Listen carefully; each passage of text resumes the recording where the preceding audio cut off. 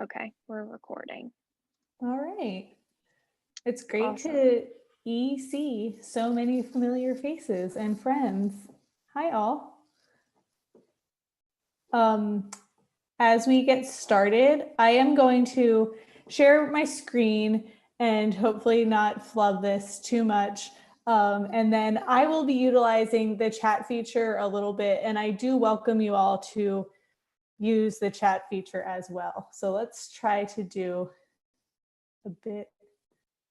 Oh, Emily, can you make me host just so I can share my screen, or allow me to share my screen? Sorry. No, that's okay.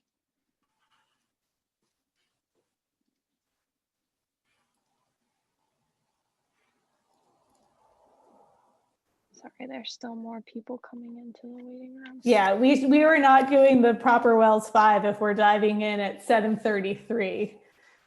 We could really push this. I haven't come up with any good awkward conversation topics for the first few minutes of any of these online sessions. Has anyone? Anyone come up with anything?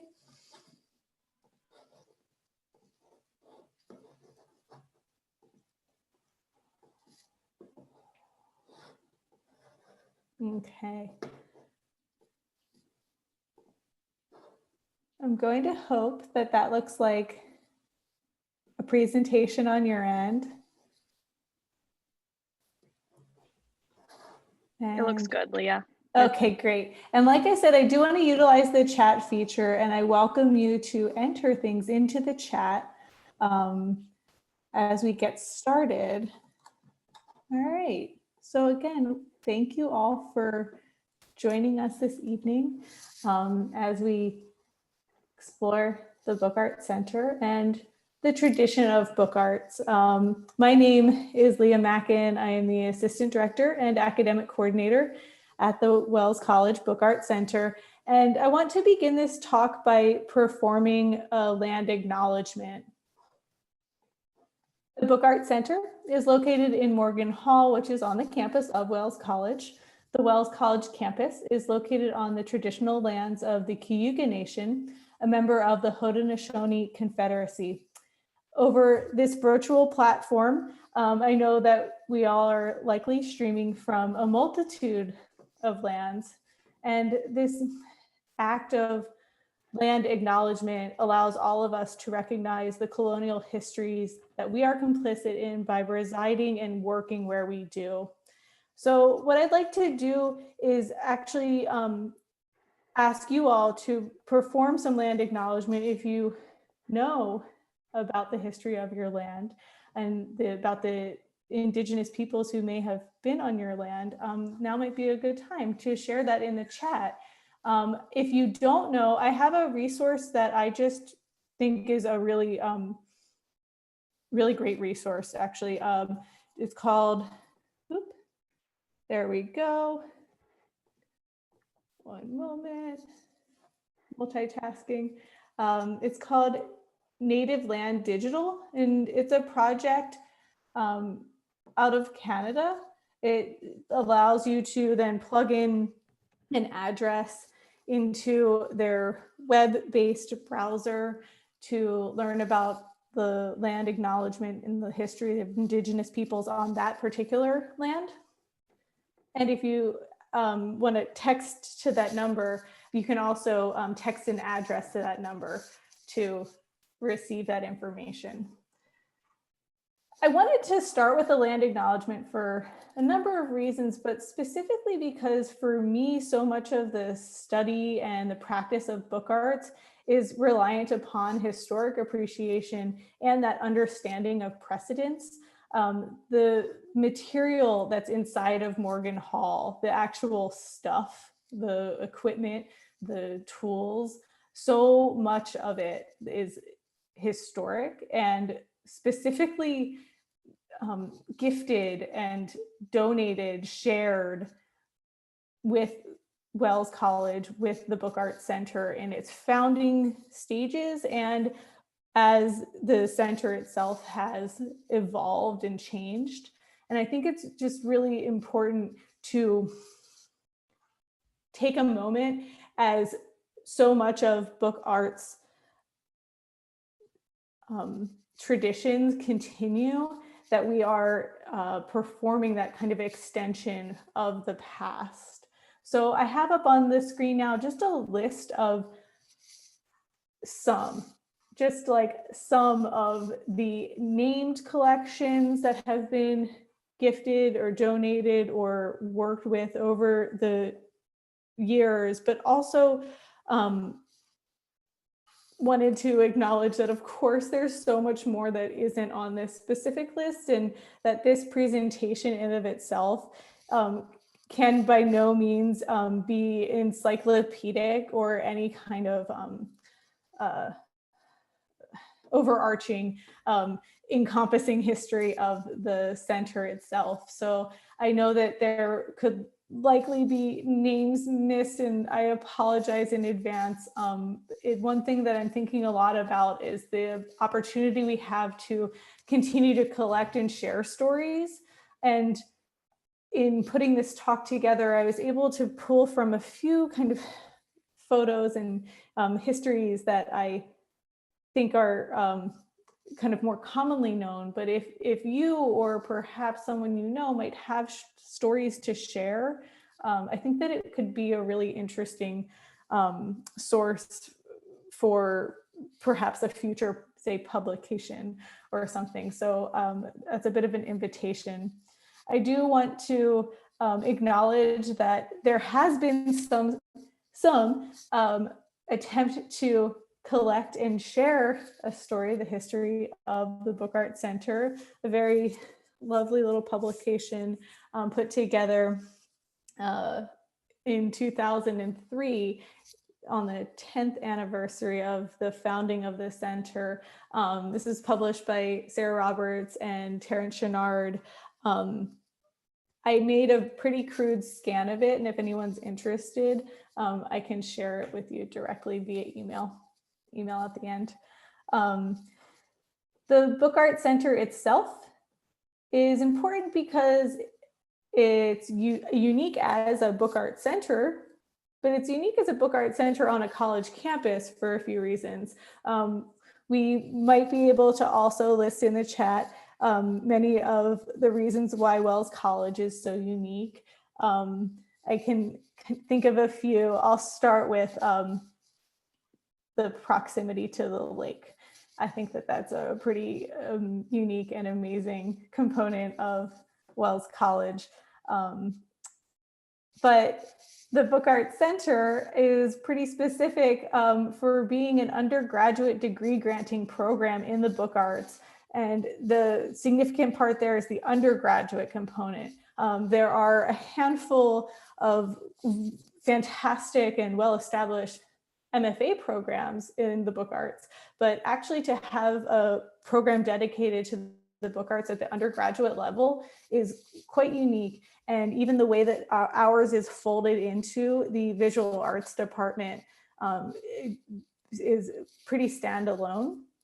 The access that students have to resources and materials at the center are pretty unparalleled when it comes to other undergraduate programs that have book arts and some graduate programs in the book arts.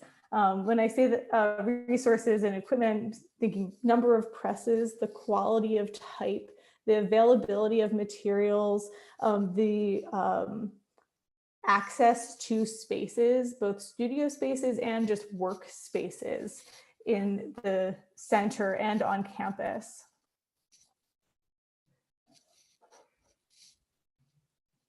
Ultimately, the study of book arts is in so many ways the study of communication, the ability to create your own methods of communication. And I thought it would be nice to share a project that I worked on in fall of 2019. So last fall, kind of around this time, early October, late September, with a number of students in a political science class. They were interested in studying Thomas Paine's Common Sense, and they extracted this phrase, this statement, "We have it in our power to begin the world over again," from Thomas Paine's Common Sense. And we looked at facsimiles of the pamphlet and then printed these posters as a means for the students to understand the process of distributing a message in that time versus the possibilities of perhaps distributing a message in contemporary times. The idea was to create a series of posters that would be hung on campus in the esophagus. For folks who know, I think I was too fresh to Wells to even know what the esophagus was at that moment, but I quickly was informed. That's the main hallway in the main building that connects, leading up into the dining hall. The students, I think, really took to this. The photo on the right that you're seeing is actually a student photo, and it has on it like one of those photo processed filters built into a camera app on the student's phone. So you can see it has like this kind of nostalgic filter over it. And I just can't help but see that layer of even a more contemporary history put over a contemporary historic reinterpretation of text. It just the cycles here just get me really excited. And when the student sent me this photo via email, I couldn't help but laugh. It's a kind of great churning of our media in progress. I thought it might be helpful to run through just a number of the things that the Book Art Center studies and does, the programs that we offer. When we talk about the book arts, we're talking about all of the components that go into what it is to make a book by hand. And if we think about some core components in a book, you might think of paper. And we do have the facilities to make paper. We have the paper mill glass house that's on the south facing side of Morgan Hall. It's my understanding that this was a pretty dramatic renovation of the glass house that happened before my time. But we do have the ability I'd call it the 2.5 seasons, maybe 1.5 seasons, that upstate New York allows us to work outside comfortably.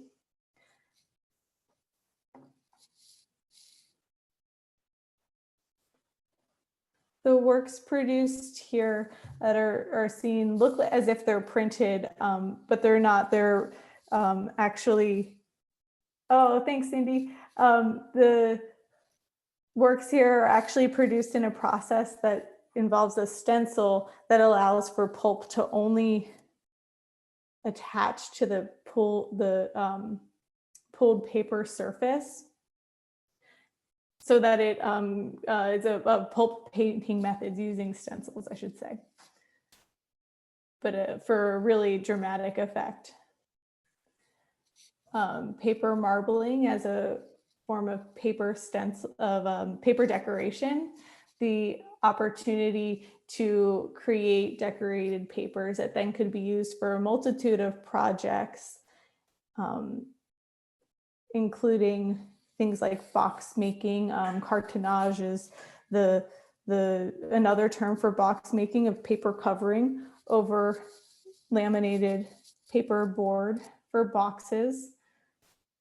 These last two slides were from Steve Pitelkow's 2019 Summer Institute class.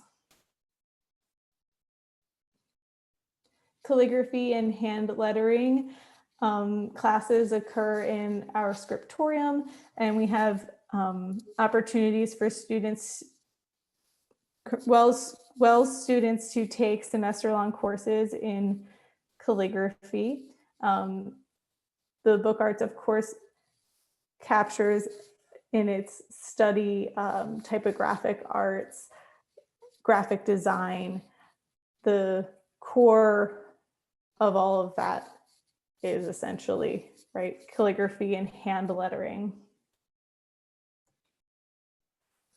Our letterpress printing facilities are generally the most well-known for just having so many resources available. We have 9 presses, nine Vandercook proofing presses, and a handful of additional presses. We have a number of, we have a wide range of collection in regards to metal and wood type. So the students are able to work through foundry type that is cast new, and then antique old metal type, and antique wooden type, and new type, that's new wooden type that's made in addition to their own produced materials.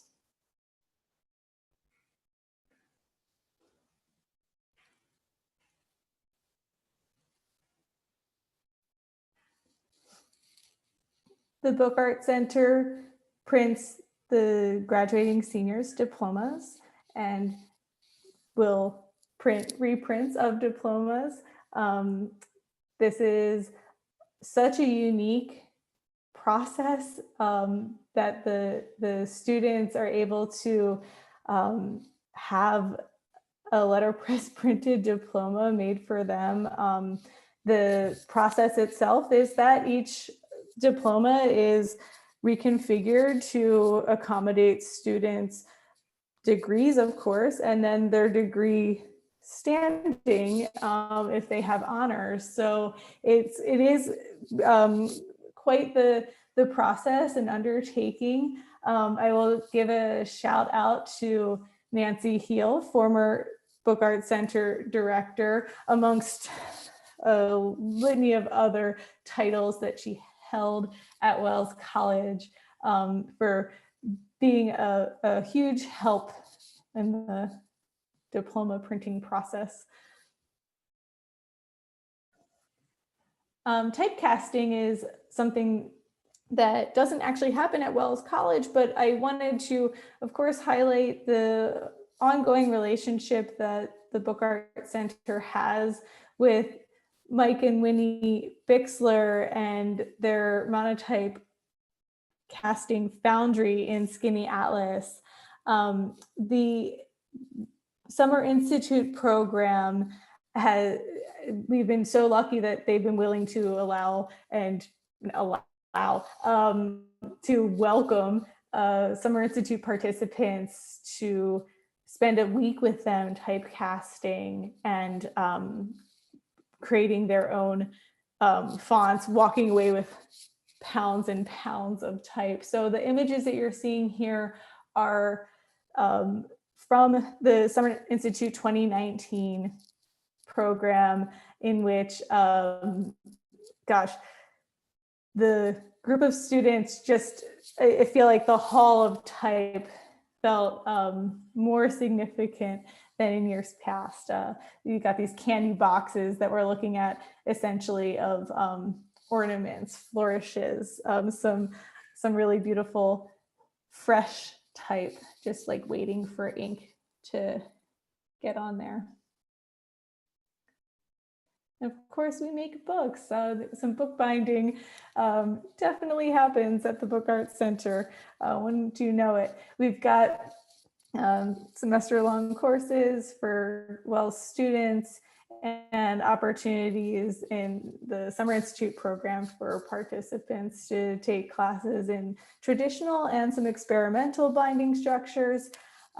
We've got this lovely example on the right that I think needs some explanation.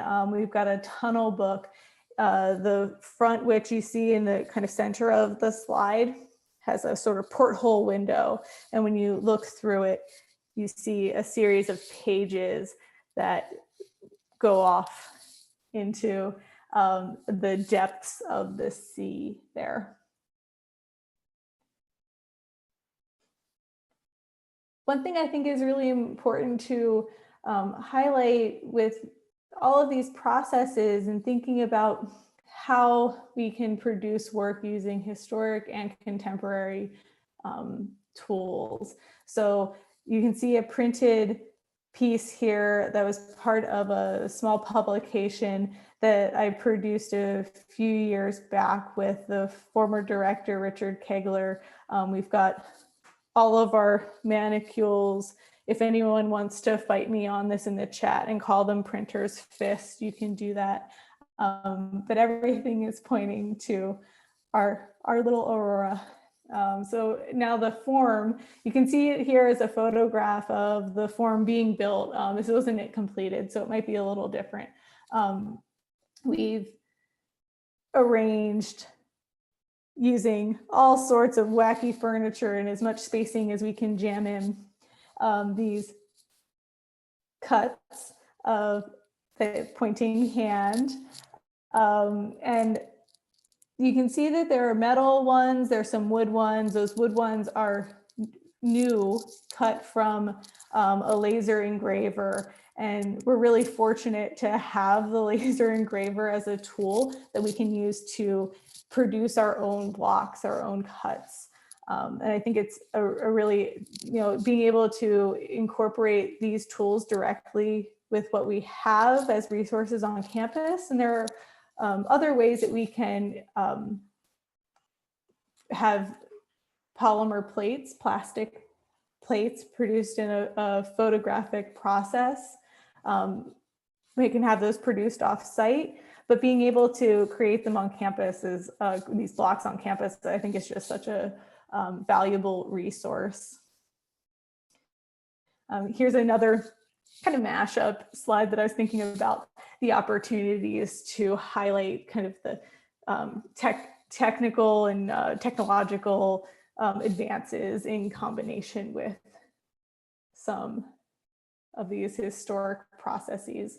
On the right, there's a cut that's made from as a reproduction of a J.J. Lanke's woodcut.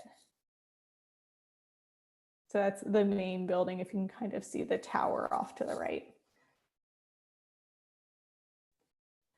Wells College Press is important to highlight with the creation of the Book Art Center in 1993. That it was identified as a great possibility to revitalize the Wells College Press. So the press itself is focused on fine printing and literary output.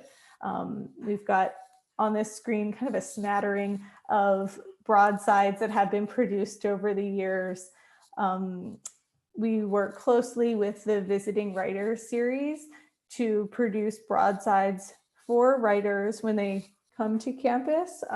In our virtual sphere, there was a little kind of, we should make these broadsides for all of our virtual writers, and right now it just it's not happening at that rate. But when we were able to host folks on campus, being able to also have a broadside produced for that visit and then have that broadside as part of the reading and available for keepsake sale is a really special and a unique opportunity that utilizes our resource.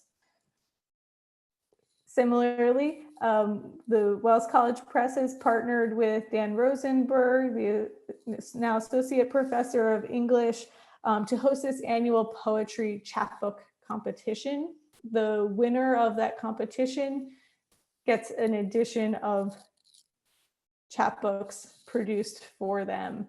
It's a really amazing opportunity for a poet to have a chapbook produced at the center.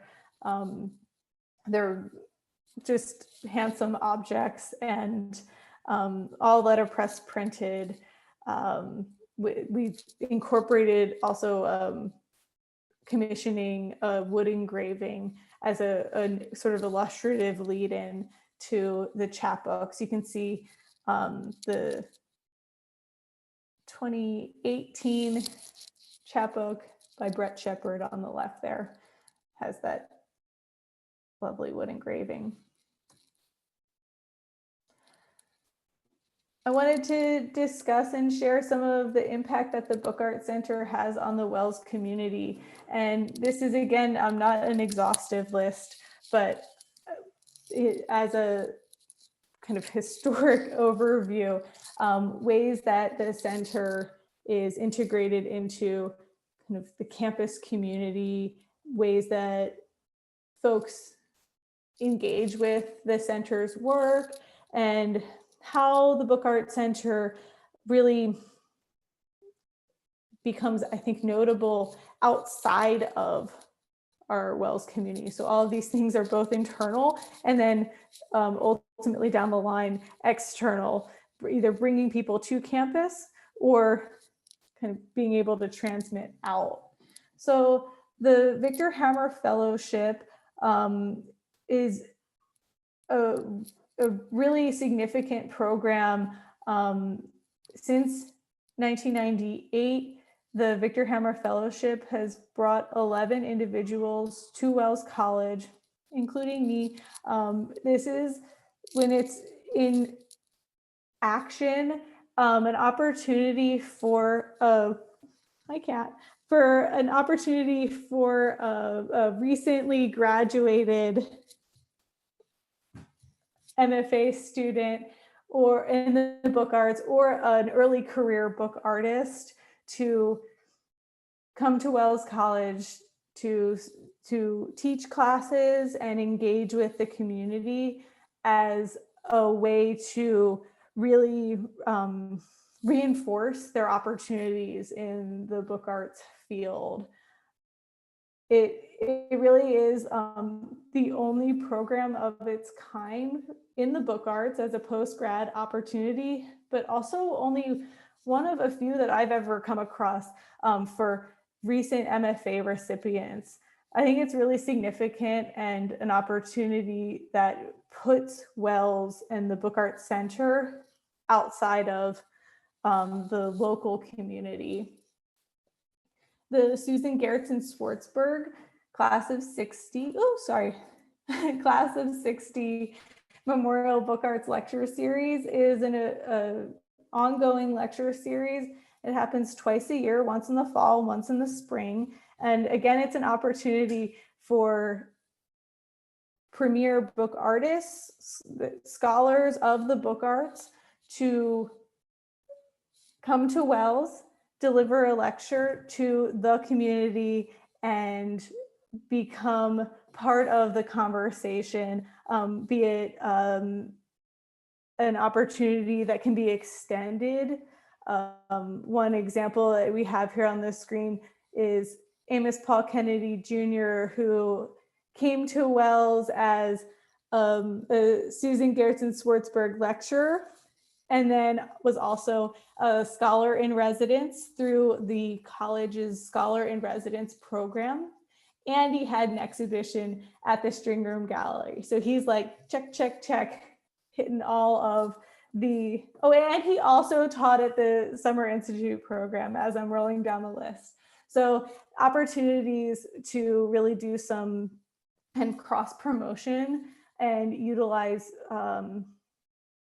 the programs that exist on campus to really promote the center's work. The lecture series also, I have an announcement that I have at the last slide in regards to this fall's lecture series. So that's like a little teaser to stay to the end if you can.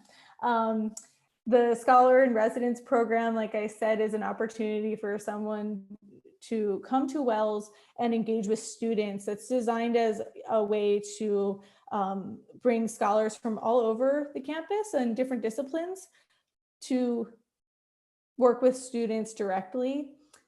And the center has successfully hosted a number of scholar in residences, including Amos Paul Kennedy Jr., Marianne Dages.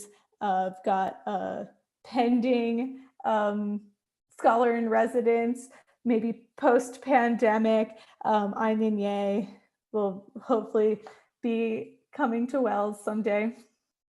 The String Room Gallery is the on-campus gallery, and that's a really unique opportunity for not only students, of course, to exhibit their work on campus, but for outside artists to share their work.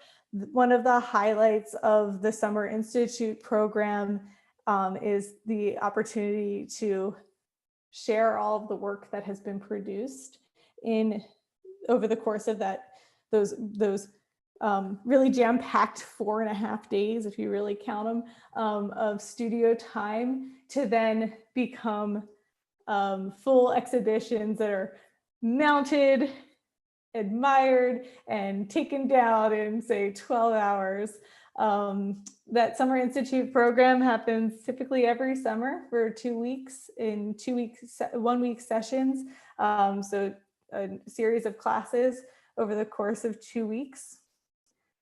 We bring in participants from all over the world and instructors from all over the world, mostly North America, but there are opportunities for folks to travel when we can travel.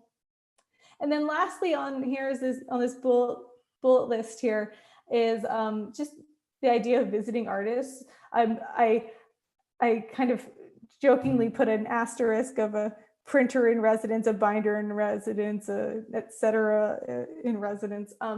The center is part of a network, right? We are all connected through our field of the book arts, and it is not uncommon to receive an email or get a note that says, I'm passing through upstate New York, can I swing by?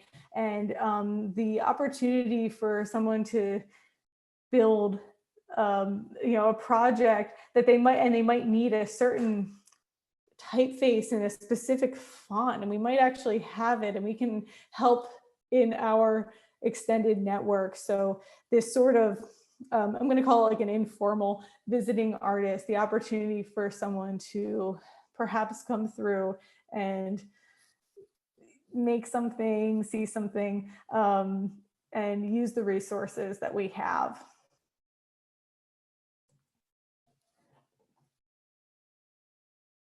I'll end on this note that I don't quite have really anything left to say that's quite so poetic as this lovely sunset and matching gradient.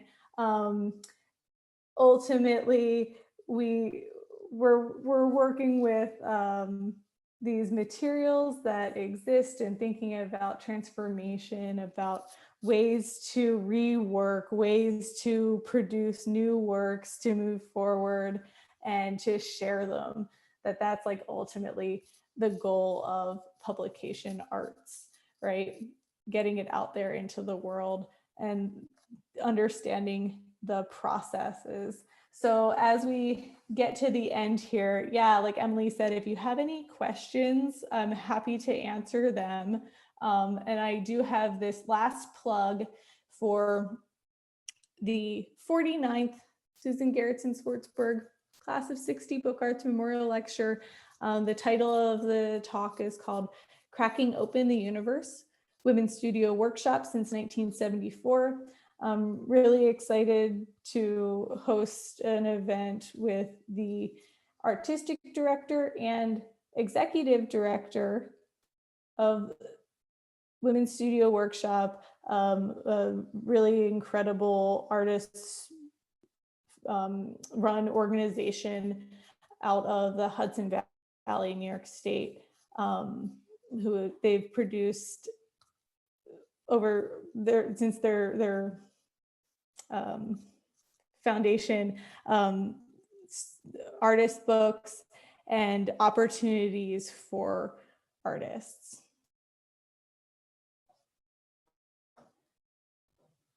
So with that, I'd be happy to answer any questions or open up to even a conversation. Yeah, that's right. Lauren is also coincidentally, I don't know, an alumna of Wells. She's really excited to virtually come back.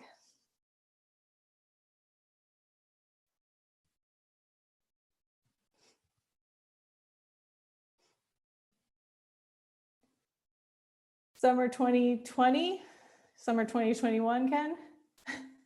Yeah, I don't know about summer 2021 yet.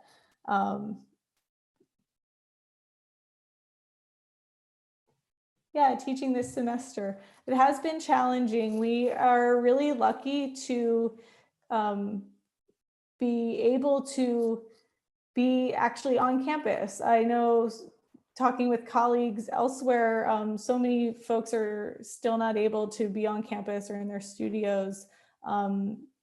Wells College is able to host face-to-face classes. We're really lucky. And so far, we've been really safe.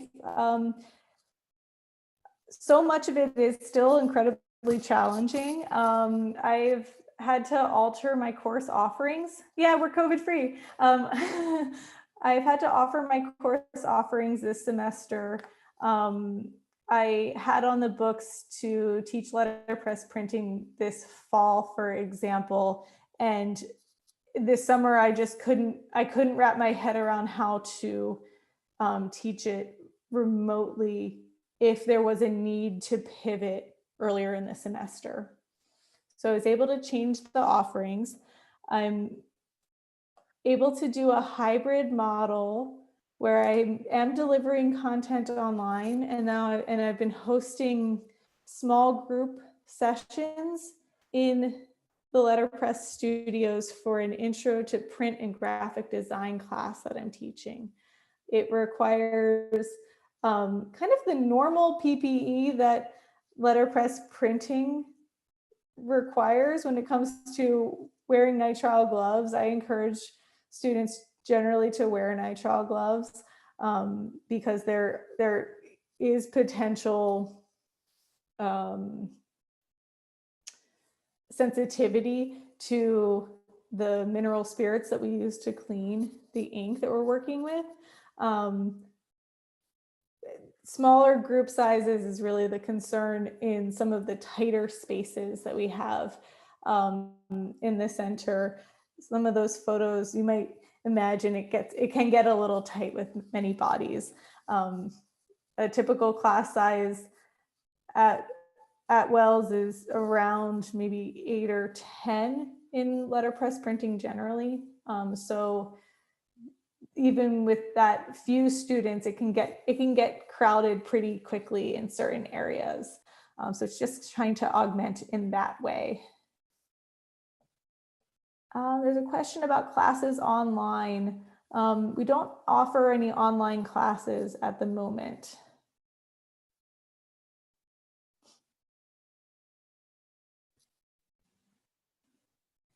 Yes, there are books and broadsides for sale. Thanks, Randy. I can pull up the website and drop it into the chat, I believe. Yes. One moment, please. Unless someone beats me to it.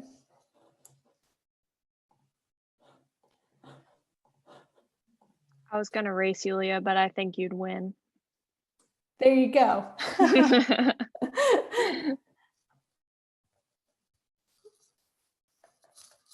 Win. Bye. Thanks for joining us. Again, I will have to wait and see when it comes to how we can safely plan for summer 2021. I want it to happen. Will I get what I want?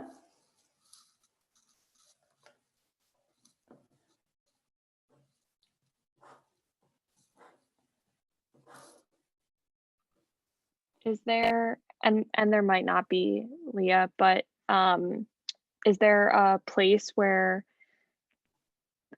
people can stay up to date with knowing whether or not the Summer Institute will run and other events?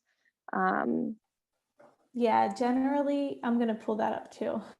Maybe we want to drop that in the chat as well. I have a newsletter. I'm going to put this latest link is to the Book Art Center newsletter mailing list. So that's an opportunity where you'll be able to receive emails when we send them. So when we can announce the Summer Institute 2021 program, that's where you'll first hear of it. Also, we are on Facebook and on Instagram, and I can put those in as well.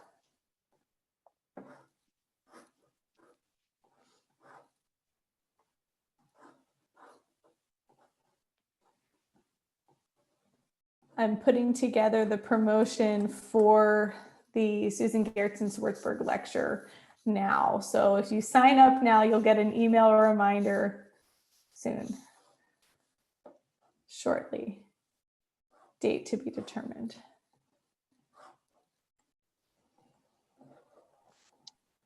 While that's happening, I just want to take a second and plug the next Learning by the Lake workshop. Maybe Randy, you want to jump in here and kind of give a little sneak peek to what the next virtual lecture will be on November 11th, or do you want me to?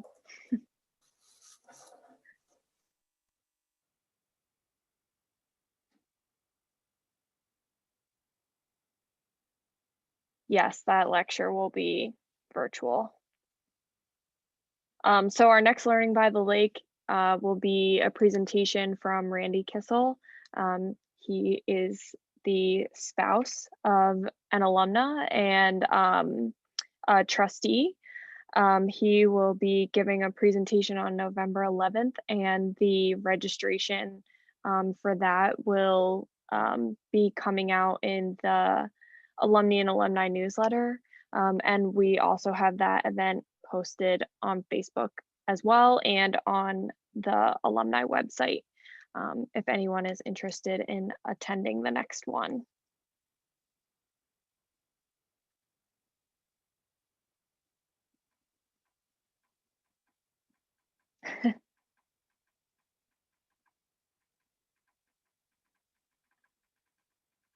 Hold on, Randy, let me see if I can unmute you.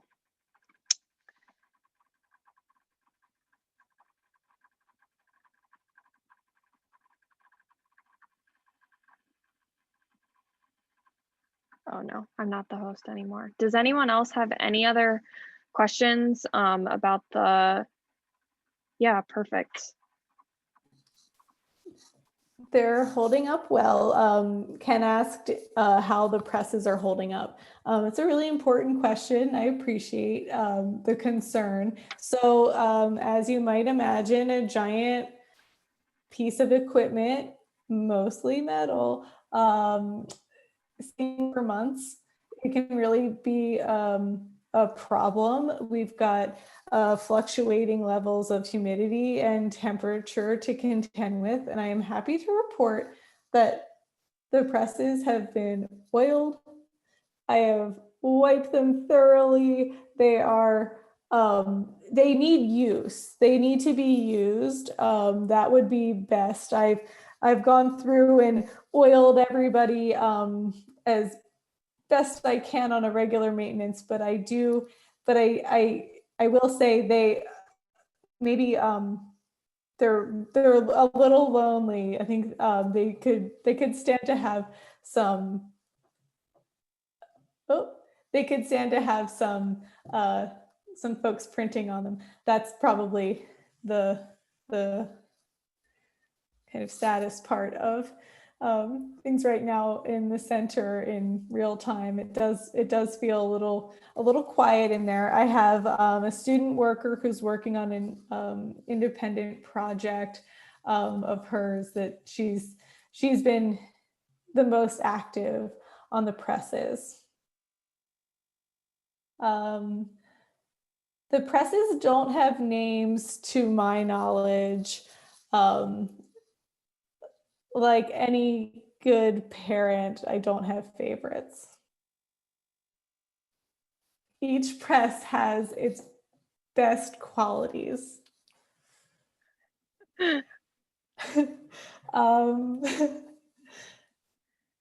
The Cracking Open the Universe talk is going to be specifically about it's going to be specifically about the Women's Studio Workshop Center, this arts organization, and their projects that they do. In the release that goes out about it, there'll be a bit more description, including a link to their site where you can see some of their projects and more information about them.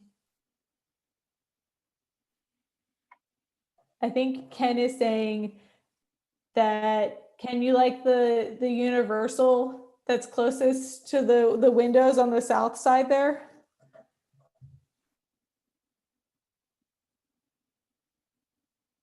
I'd say that one has also treated me very well.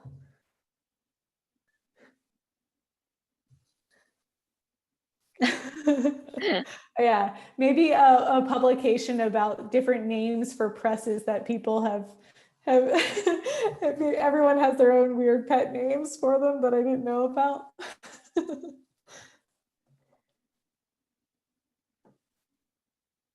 Awesome. Well, if there are no more questions, virtual, oh, I don't think. Oh, right. It has likely changed. I know there were some kind of big configurations. I've seen a few photos of the first floor of Morgan Hall in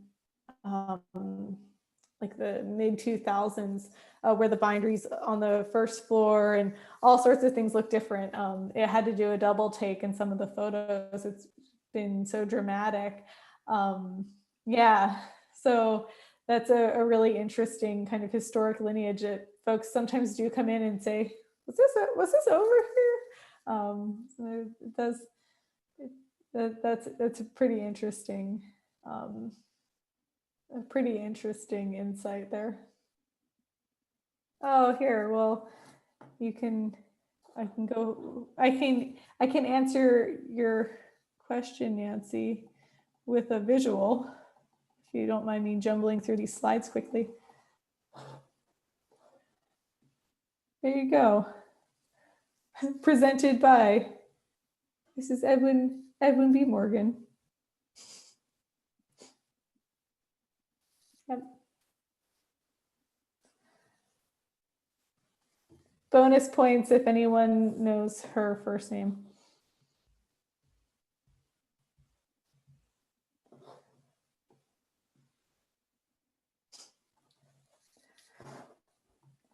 If there are no more questions, happy to hang out. We can just talk print. Randy, I'm going to give you the bonus points. Yeah.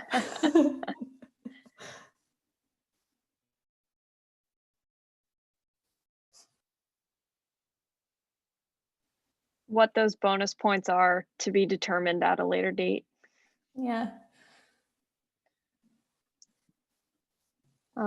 Yeah, big round of applause. Great job, Leah. Thank you so much. Thank This was you. really awesome. We'll be sure to um, post the recording online as soon as my laptop and Wi-Fi cooperate. That would be Um, great. and we'll also be sending out the recording in a follow-up email as well. But thank you guys so much for attending. We hope you have a great night. Thanks all.